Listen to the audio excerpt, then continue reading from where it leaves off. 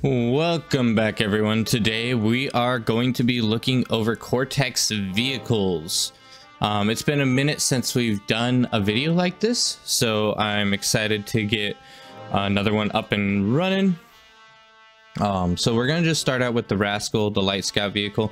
A lot of the Cortex vehicles, especially in T1, are very similar to Armada.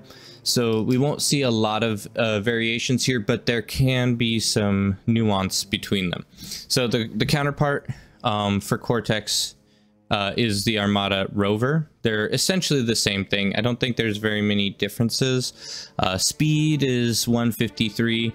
Actually, want to double check. Okay, so the Rover's slightly faster than the Rascal. DPS 35, and so yeah, it looks like the Rover is just overall a little bit of a stronger early scout, but it's not really anything that matters all that much. Rascal costs 26 metal, 270 energy, and very low build time. All this, it's essentially a one-shot kill, so anything that hits it, it's going to be eviscerated very easily. We got Rascals here, are super cheap and fast to build vehicles used for scouting and damaging the early eco structures of enemies. It is the fastest moving unit in the whole game, except for the Armada Rover, but due to its light armor, any close confrontations will be lethal to it. Evade laser towers and destroy metal extractors to slow down your foe's expansion early game. So if you are using them, and you end up getting vision of a laser tower, you have to avoid them if you're going to be using a Rascal at all, because a laser tower is going to be able to one-shot every single Rover you have. So it's essentially wasting APM, or actions per minute, and also wasting the little bit of metal and energy that it does cost to make this as well. So if someone has defended their base with a laser tower, you have to be a lot more careful if you're planning on harassing. And honestly, for most players, especially if you're new, I don't recommend you doing the early harassments that people do with Rovers and Rascals or Ticks. I don't recommend you doing that until you get a little bit better at the game, because you have to maintain your base while doing the micro of the scout units, and that can slow you down and make it so that your economy suffers because you were so focused on just microing the scout units. So I don't recommend you really start using these as an attack unit until a bit further in the game, where you start getting a lot better at it. So if you're a noob, just use these as a scout, don't use them as harassment. My personal opinion. In T2 warfare, Rascals come as an effective counter to slow shooting units like snipers and starlights and artillery. When produced constantly and sent to the front, they can pull heavy fire on themselves while your T2 units deal damage to the artillery. One thing to keep in mind about that is that they are easily countered with a Juno shot.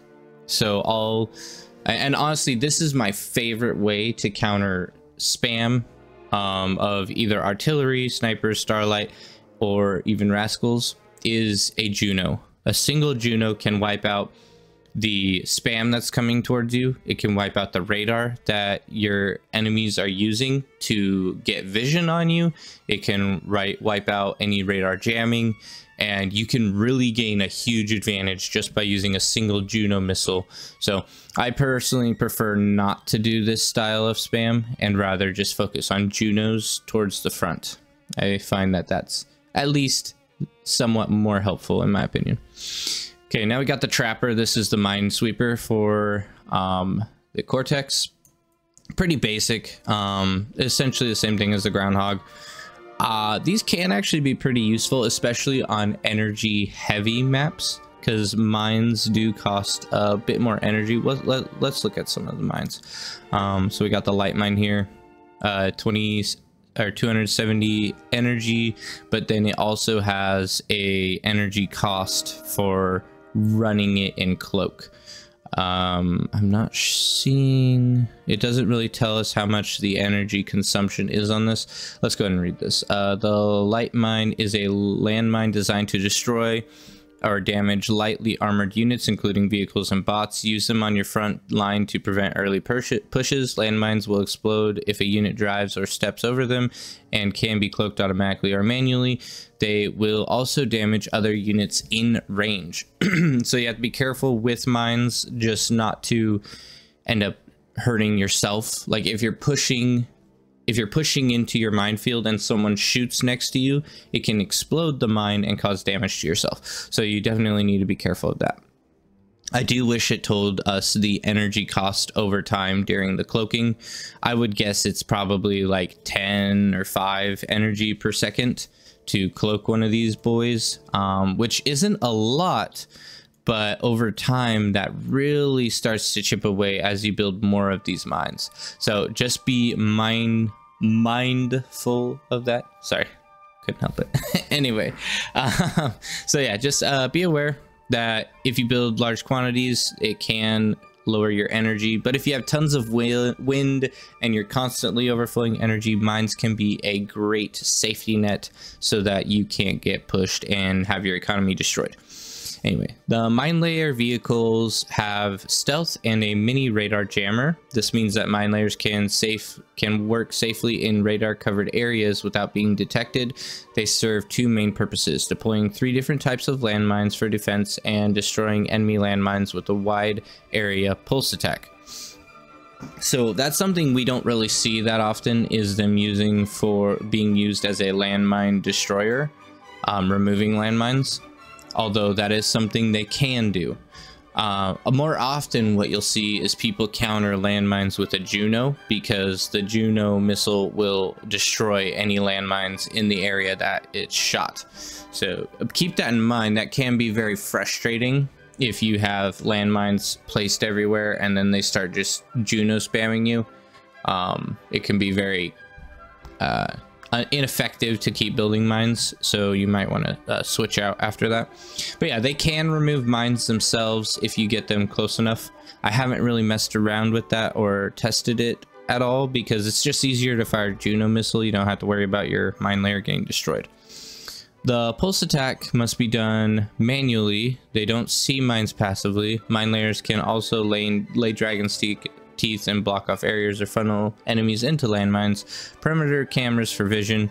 It's a cheap way to secure places where you don't have time to set up proper defenses, like your flanks. Also, always lay mines away from your opponent's line of sight and avoid having your own units on the minefield. Definitely keep that in mind. On the minefield is very dangerous. As stated before, you don't want to explode your allies or yourself. Also, with mines, when you're building them, you can hold Shift Alt and drag a section of mines across. But what I like to do is press Z and X to separate the mines positions to be further apart so they won't explode themselves. So if you put like a bunch of mines side by side next to each other, then they will explode all at the same time as soon as one triggers. Whereas if you separate them out little by little, where the explosions won't quite hit the other mine, then you'll be able to have all of them explode and get their full potential. So make sure you do that. Don't do a line of mines across the field, because that would be pointless.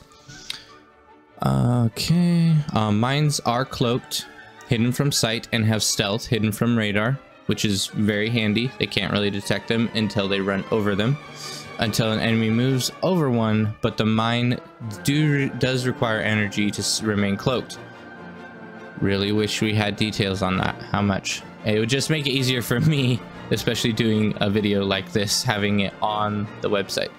Anyway, I hound the developers enough about it. I will leave it be at that.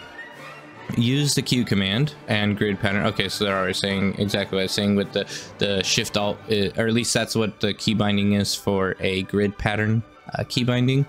Some people might have default keys and it might be a little bit different, but for me, I prefer the grid pattern for my key bindings. Light mines instantly kill grunts and pawns, so that will stop any spawn, any like raiding pushes. Medium mines are most cost effective versus heavy T1 and early T2. Heavy mines are huge explosion radius and can wipe out a whole cluster of units. Heavy mines are actually, I think I did a test to see how much a heavy mine does. Let's look at this. 130 or 1,300 damage. And let's check out the stout. The stout has 1,700 health. So one heavy mine can almost kill a stout, which is very, very strong, because the stout's like the strongest unit you can get T1. So being able to take out one with a single mine is pretty impressive. Let's look at the metal cost. Metal cost of a stout is 220. Let's check out the metal cost of a heavy mine is only 21, but it has a bit of a higher energy cost. So if you leave them uncloaked for a while, and then as soon as your enemies start pushing you, you can cloak them again. So that way that removes the energy cost. Oh, here it shows you. Takes 1.5 energy per second to keep it cloaked. So just leave it uncloaked, and you can have a bunch of these mines uncloaked until the enemies get up to them or get closer to them. Then you cloak them all, and then if they push you with stouts, easy kill. Boom, dead. Now I want to try harassing with mines a little bit more, because I think that's going to be very effective. I always like to play around with them, but it can be a little bit tough. You gotta manipulate the enemy to do things you want them to do. So it's kind of a mind game. I'm doing too much of this. I need to stop. It's a mind game. Okay. I'm sorry. Okay. Anyway, you have to use some mind games to get them to roll over your mines and explode.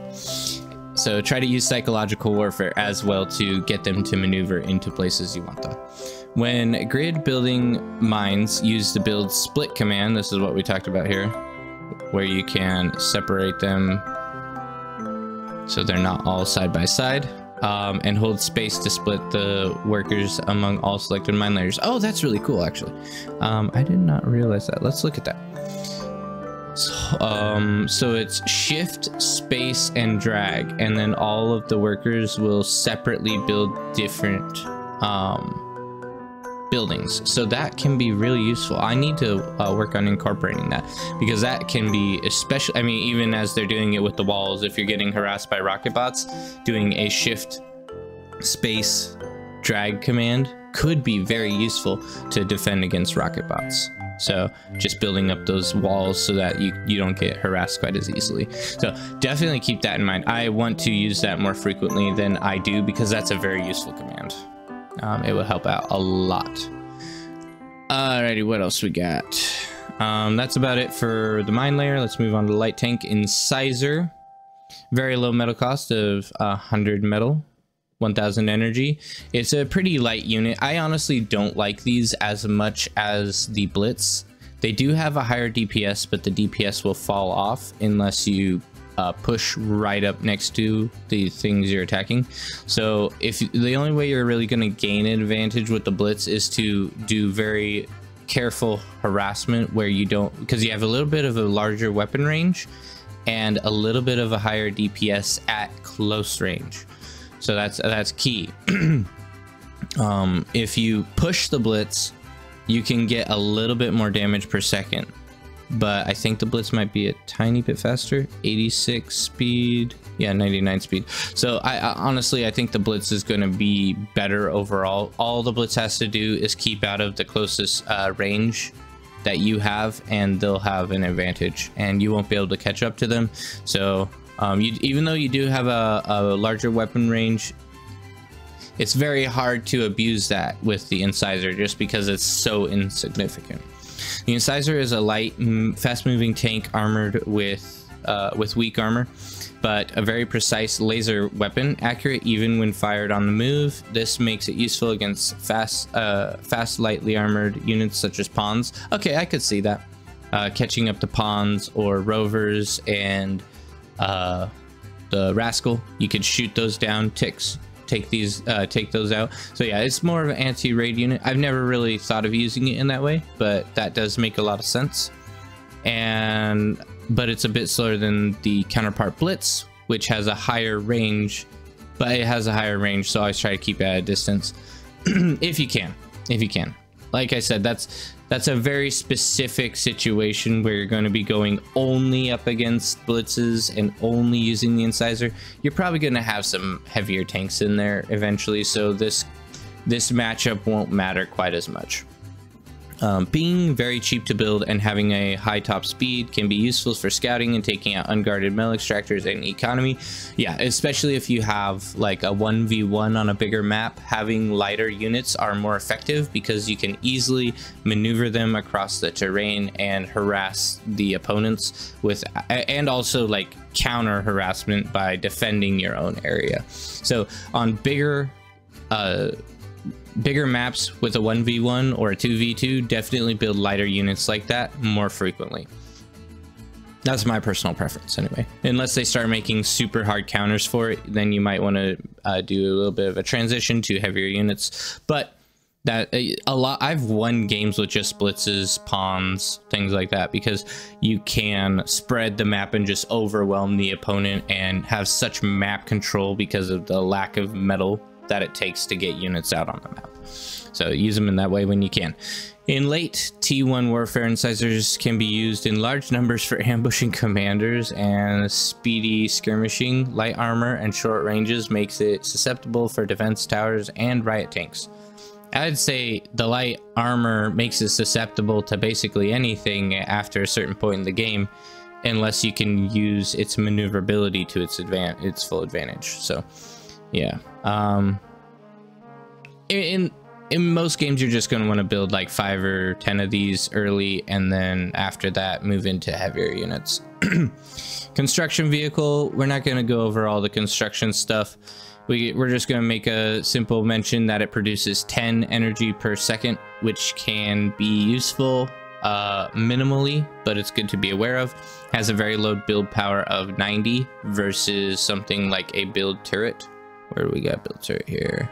Build turrets have 200 build power, so I'm surprised. Why am I not finding? Oh, there it is.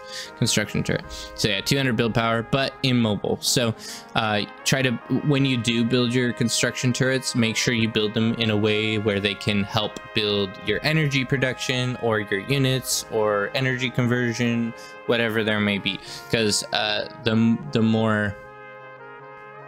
the better you use your construction turret to have it more placed in a way that it's able to be maneuvered to help different objects build, the better off you'll be and the more efficient you'll be, because it does cost metal to build one of these. So just keep that in mind. Don't waste your build turrets by building them only for your factory or only for your energy production, especially early game. The Lasher, very similar to the missile truck Whistler for Armada. I don't think there's that many differences. The Lashers are a long-range light missile truck that can outrange most T1 defenses and deal constant damage to it. They can also serve as a basic anti-air defense, very ineffective in close combat.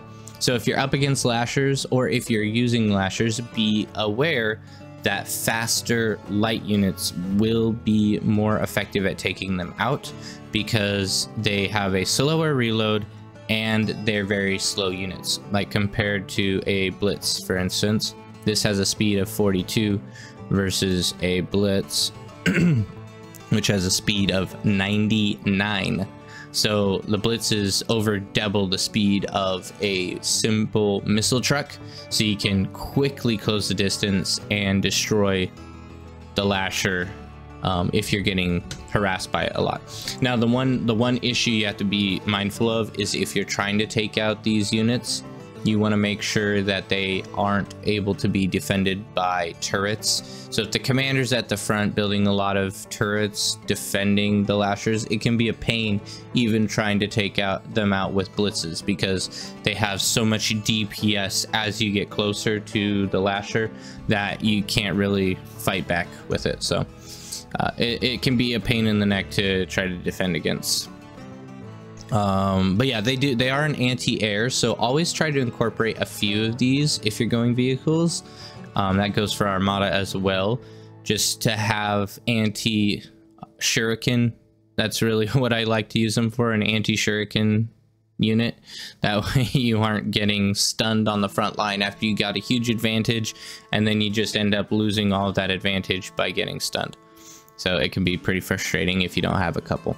Very ineffective at close range combat, so always keep them at a full distance by using the fight command. That's a good idea. Having the fight command is a great idea for these missile trucks, which I probably don't use that enough. That could definitely help me out as well.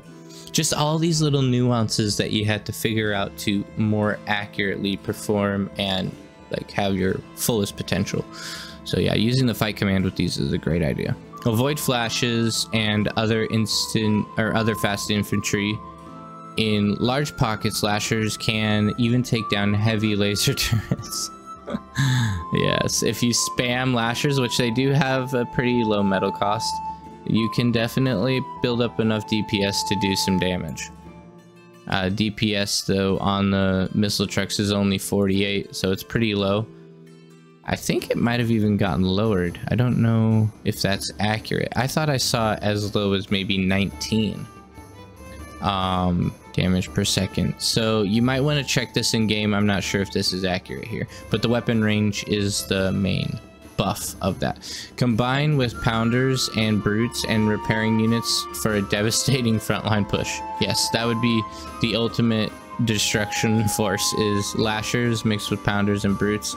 Very tough to push into because you got that heavy front line, and then you got the harassment towards the back, and then you also have the pounders taking out any weaker fast units that are trying to push up on you. Not gonna go over the amphibious construction vehicle, pretty self-explanatory. This is more an overview of specific units that are that you're going to be using for battle, not so much construction. Okay, the Wolverine. I have a love-hate relationship with artillery. Like, a lot of people use them too much, in my opinion. I think artillery is good, but sometimes overused, especially the T1 artillery. It has a decent weapon range, you know, of 70 or 700, but the time it takes for the bullet to land, or the plasma shot to land, is just a little bit too much, because it's not great at taking out units that are able to move, because then they can just micro around the bullets as they land, and the range is only good at taking out static defense, in my opinion. Largely good at taking out static defense. So if you do use these, just only build a few of them. Don't make them like a core part of your army, because it's not really, like, it can get easily pushed. They can't fire while they're retreating, and they're not gonna be super good at taking out units specifically. So just be aware of that. Wolverine is an artillery vehicle used to take down T1 defenses. Highlight that, defenses, especially heavy lasers. Yeah, that's one thing that's really good. They're really good at taking out heavy lasers, or the flame turrets, or the lightning turrets, the pop-ups. They're very good at taking those out without having to risk any damage. So they're very good at that. Definitely use them for that. It can outrange all T1 defense towers except for the coastal defense plasma battery, like the gauntlet. Okay, I didn't know that was considered a coastal defense plasma battery. I didn't know that's what they called it. Coastal defense plasma battery. I always called it an artillery turret. There we go, now we know. So yeah, it can't outrange a gauntlet, but if your enemy is building a gauntlet, the best thing to do, if you ever see it, is to push, because the gauntlet takes a lot of metal. Let's check that out. So a Wolverine costs almost 200 metal. A gauntlet costs essentially 7 artillery pieces equals 1 gauntlet. So just be mindful of that. If you see your enemy building a gauntlet, especially if it's getting close to being done, push it immediately, because that is a huge metal investment, 1,000 metal into a artillery piece. And if you can aggress on them before they get it up, they will be devastated. You'll essentially win your lane. even if they do get it up right as you are pushing them and you end up killing it after it fires a couple shots, it's totally worth it. And then you get all that metal yourself. So yeah, if you ever see a gauntlet going up, push that thing if you can get to it. It will be very, very helpful for you. Light amphibious tank, obviously good at harassing in like around corners, playing more of a sneaky type of way where you go into water and sneak around the edges of a map maybe and come up behind and hit the economy, stuff like that. Not so good at actual main attacks, like being the core of your front line. I've seen this happen a couple times where people use the amphibious tanks in their frontline defense, and they're usually like newer players who aren't that proficient at the game. So just be aware, these are not designed as a frontline unit. These are designed as a sneaky amphibious unit that goes underwater to get around a front line and cause chaos in a different area of the map. That's what they're really designed for. Garpike is a light amphibious tank that can travel on land and underwater equally well. It is weaker than most land-based tanks. Okay, weaker than most land-based tanks. So don't use these frequently. Use them for their purpose of being amphibious. They're good at being amphibious and harassing, but use them for that purpose. Otherwise, you're going to end up essentially just hurting yourself. And putting a debuff on you. Essentially, you're wasting metal and energy that could be used on creating better units that are more designed for a frontline position. So to use it effectively, avoid direct fire exchanges and try to surprise your opponents. Surprise them. Don't push direct. By destroying undefended targets near the shoreline, don't forget to send 1 or 2 amphibious constructors with your assault to reclaim left wrecks and claim metal spots on the way. I don't know if I would do that super frequently just because of how weak they are. I don't think they have any anti-boat. So if someone has a bunch of destroyers, then you're just sending a construction vehicle to die. So be very careful of doing that if you do it. Just be aware that destroyers can easily demolish all of your Garpikes, all of your amphibious tanks, and really crush your whole army there. So I wouldn't bring these into water that has boats in it. It's just too risky in my opinion. All right, the Pounder. This thing I don't love. I know that it's good. I know that it's good, but I don't love it. And it's just due to the fact of how slow it is. It has a speed of 41. So it's very, very effective at taking out grouped units, but it just, man, I don't know. I struggle to justify. I tried to incorporate a couple of these in like I would with the Janus, where I have the Janus and the Stout, and I just combine those two together. And, you know, the Janus Stout composition is nearly unmatched, in my opinion. You can push into defenses, you can take out large groups of units, you got that tanky front line. But then if you do the Pounder mixed with the Brute, not nearly as good. And that's because the Brute is a lot faster than the Pounder, whereas the Janus is not too much slower. So or at least that's how I feel about it. Maybe I'm wrong. 41 speed, 54, and the Stout is 76. So yeah, that's pretty close. Versus 41 speed and 73 speed. Well, it's almost comparable, honestly. It's almost a comparable slowness, but you can't manipulate the rocket fire and the reload time. So with the Pounder, you have to consistently stay in the fight, whereas with the Janus, you can poke in and out and manipulate the fact that you have a longer reload time. So I don't know, maybe I'm just using it wrong. I need to do some more testing on it. I just haven't loved it in the past, but it's very, very effective at taking out T1 units like pawns or such as even like blitzes, things like that, pawns, blitzes, grunts, anything small like that, it can take them out no problem.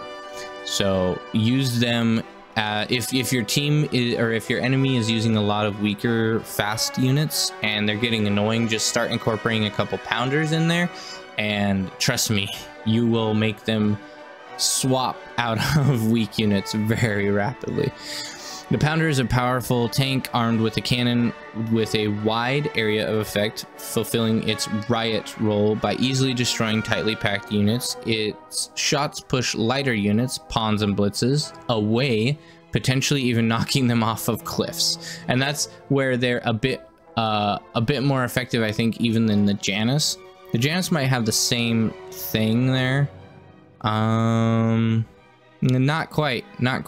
I think it just stuns the blitzes, or stuns the other light units, but this thing actually has a knockback effect, which is really powerful, because blitzes and pawns have to get close in order to do damage. So yeah, very effective at taking those out.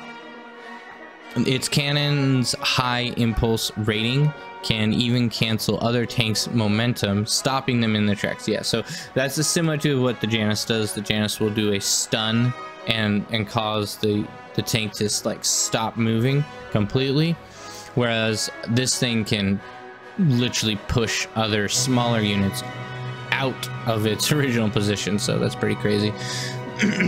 However, it moves very slowly and is unable to shoot over other units. That might be why I was having problems with it, because with the Janus has those missile turrets that can rotate up slightly and be able to shoot over the top of your tanks, whereas a pounder does not have the ability to do that. So maybe I was just using them wrong, and so I need to give these another shot, but I don't know. So far, don't really love them more than the Janus. The Janus seems superior. However, it moves slowly and is unable to shoot over other units, unlike brutes, so they should be used in a staggered line whenever possible. So you basically want to do a line of units all pushing forward versus a cluster of units moving in a circular pattern. So there's a difference there that you need to see. You'd want to play, essentially what I'm saying is, you would want to play Armada tanks a lot different than you would want to play Cortex tanks if you're incorporating the pounder. You would want more of a front line that it stays exactly the same and slowly pushes forward, versus Armada, you want a front group and a back group, and they weave in and out of combat. That's at least how I find them best. So they're highly vulnerable to skirmishers and artillery, and medium takes outrange and outclass them in a head-to-head combat. That said, it is an ideal defensive fighter for locking down fast and light units, and is incredibly effective at guarding choke points. That makes sense to me. And I've been thinking about it as I'm reading this, that they would be pretty good at just having a few towards your backline economy. That way, if any leaks do come through, they'll be able to completely trash them with no problem. Anyway, let's move on to the brute. This is really going to be what you'll find most effective, is a group of brutes over incorporating the pounder, in my opinion. They are a little bit they're a little bit more expensive than the pounder. Yeah, a little bit more expensive than the pounder. And honestly, the Armada tanks are superior compared to the Cortex tanks, just overall.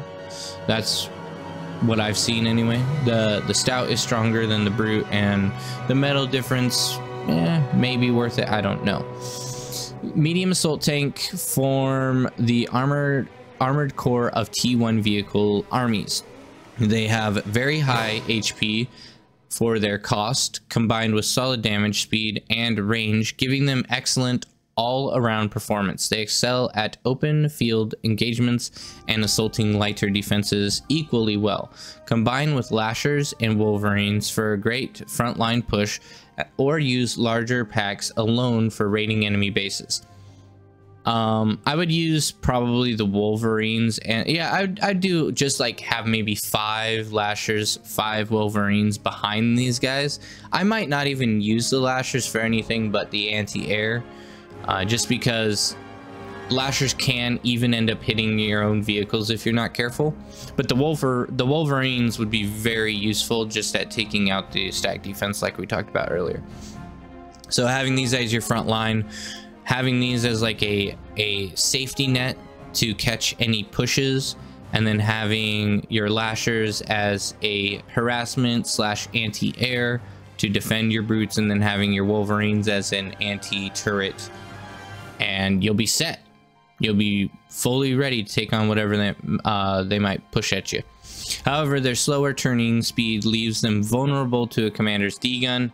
Attacks, pop-up lightning turrets efficiently destroy them, and landmines can punish blind tank pushes. They are very costly to build in large numbers, so supplement them with other forces to deal with certain threats. Even in T2, these tanks, well balanced strats can still make them useful. So I haven't really used them in T2 that much, but you could definitely try to do a push on like a weaker position. But you know, why not just build T2 tanks to do it, because they're gonna be just as fast. And I mean, I don't see that much of an advantage to use a brute over the, what's it called, why am I forgetting the name of this, the Tiger. Yeah, the Tiger, I mean, if you have Tigers available, build the Tiger. It's going to be better, in my opinion.